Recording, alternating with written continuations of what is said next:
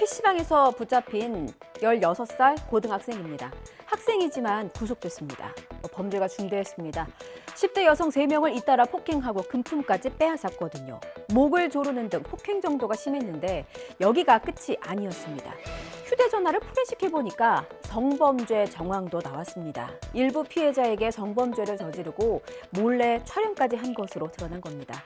이전에도 성범죄 전력이 있었다고 합니다. 우철희 기자가 보도합니다. 10대 여성 연쇄 폭행 강도범인 16살 고등학생 서모군은 지난 7일 낮 수원역 인근 PC방에서 경찰에 긴급 체포됐습니다. 영장 실질 심사를 연 법원은 서군에 대한 구속영장을 발부했습니다. 재판부는 도망할 염려가 있고 소년이지만 구속해야 할 부득이한 사유가 있다고 밝혔습니다. 서군은 지난 5일 밤 경기도 화성에 있는 상가 여자 화장실에 들어가 10대 여성의 목을 조르는 등 폭행했습니다. 이튿날 밤에도 경기도 수원에 있는 아파트 2곳에서 10대 여성 2명의 목을 조르고 휴대전화까지 빼앗아 달아나기도 했습니다. 경찰은 구속영장 신청 당시 강간 미수와 강간 상해, 강도와 성폭력 처벌법상 카메라 이용 촬영 등의 혐의를 적용했습니다. 포렌식 등 증거 조사를 통해 일부 피해자에게 성범죄를 저지르고 몰래 촬영까지 한 정황을 확인한 겁니다.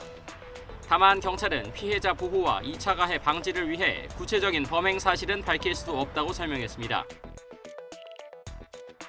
카카오톡 프로필 보면요, 지인 말고도 여러 기업의 로고를 내세운 서비스 채널들이 있습니다. 비대면 서비스가 대세로 자리 잡으면서 기업에서도 이런 SNS 채널을 많이 운영하고 있습니다. 그만큼 기업을 사칭하는 채널도 많아서요, 주의하셔야겠습니다. YTN으로 제보한 시청자께서는 커피 머신 사기를 당하셨어요. 기계가 고장나서 AS를 접수했죠. 판매사 이름으로 된 카카오톡 채널이 있었거든요. 그런데 돈을 얼마 입금하면 새 제품으로 교환해준다. 그래서 돈을 보냈더니 전산 오류가 났다. 다시 돈을 보내라. 이런 각종 핑계를 대면서 돈을 뜯어갔고 현재까지 40명이 넘는 피해자가 1억 원 넘게 피해를 봤습니다.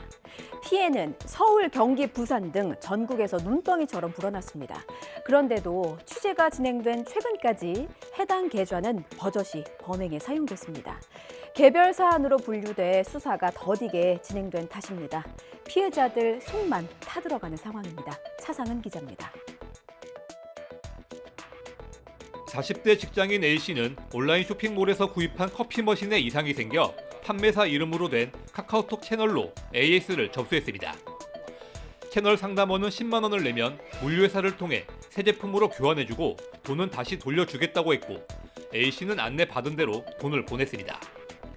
하지만 물류회사 측은 전산 오류가 발생했다며 다시 입금할 것을 여러 차례 요구했고 400만 원이 넘는 돈을 챙기고는 잠적했습니다. 그 구매한 사이트에서도 카카오톡 채널에 운영을 하고 있다는 그거를 보고 당연히 저는 로고도 똑같고 AS 채널이라고 되어 있기에 아무 의심 없이 제가 먼저 들어갔던 거죠. 그래서 제가 찾아서 들어간 거라서 전혀 의심을 할 수 없었어요. 피해자 일부는 경찰과 은행에 신고하고 사기꾼 계좌를 정지해달라고 요청했지만 취재를 진행한 최근까지 해당 계좌는 범행에 버젓이 사용됐습니다. 보이스피싱 업에 관련돼서 돈이 주고 받은 게 아닌 이상 경찰이 다중피해로 접수를 됐을 때 은행에다가 요청을 했을 경우에만 지급 정지를 그때서야 해줄 수 있다, 막아줄 수 있다 이렇게 말씀을 하시더라고요. 관계기관 대응이 늦어지는 사이 피해자는 눈덩이처럼 불어났습니다.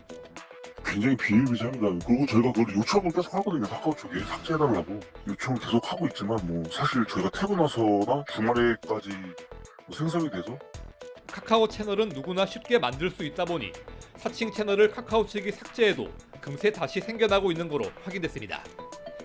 현재로선 이용자가 기업 인증 마크를 꼼꼼히 확인하는 것 외에는 마땅한 대책이 없습니다. 비즈니스 인증 채널은 인증 마크가 별도로 표시됩니다. 인증이 없는 채널의 경우 채팅 시 상단에 주의를 요구하는 경고 메시지가 노출되고요. 향후에는 채널 프로필 인증 강화를 위해서 카카오 인증서와 결합된 비즈니스 프로필을 제공할 예정입니다. 직장에서 벌어지는 폭언이나 폭행, 부당한 차별 막겠다고 시행한 법이 바로 직장 내 괴롭힘 금지법입니다. 2019년부터 시행되고 있는데 아직 남의 나라 얘기처럼 들리는 회사들이 많다고 합니다. 5명 미만의 사업장이나 프리랜서, 특수고용 노동자들은 여전히 사각지대에 놓여 있는 겁니다. 힘없는 사람들 좀 더 보호해주자고 만든 법이잖아요. 그런데 규모가 작을수록 고용 환경이 열악할수록 법의 울타리가 절실한데 현실은 그렇지가 못합니다. 이렇게 사각지대에 놓인 노동자가 1,000만 명 정도라고 하네요. 김다연 기자의 보도입니다. A씨는 지난해 여름 서울에 있는 한 의료기관에 취직했습니다. 작은 의원이어도 경험을 쌓아 많은 환자에게 도움을 주고 싶었습니다. 환자랑 저를 향해서 물건을 확 밀친다거나 물건을 집어 던진다거나 다들 그거를 보고도 묵과를 하더라고요. 저는 그게 사실 제일 큰 상처였고 계속되는 괴롭힘에 공황발작까지 나타나 출근을 못했더니 고용주는 사흘 연속 무단결근했다며 A씨에게 해고를 통보했습니다. 거기에 전화를 해서 얘기를 했더니 5인 미만은 죄송한데 상담이 어렵다고 답변이 돌아왔고요. 근로기준법은 상시 5인 이상 근로자를 둔 사업장에만 적용됩니다. 5인 미만 사업장의 경우 대통령령이 정한 일부 조항만 적용받는데 직장 내 괴롭힘을 금지한 76조 2는 여기에 포함되지 않습니다.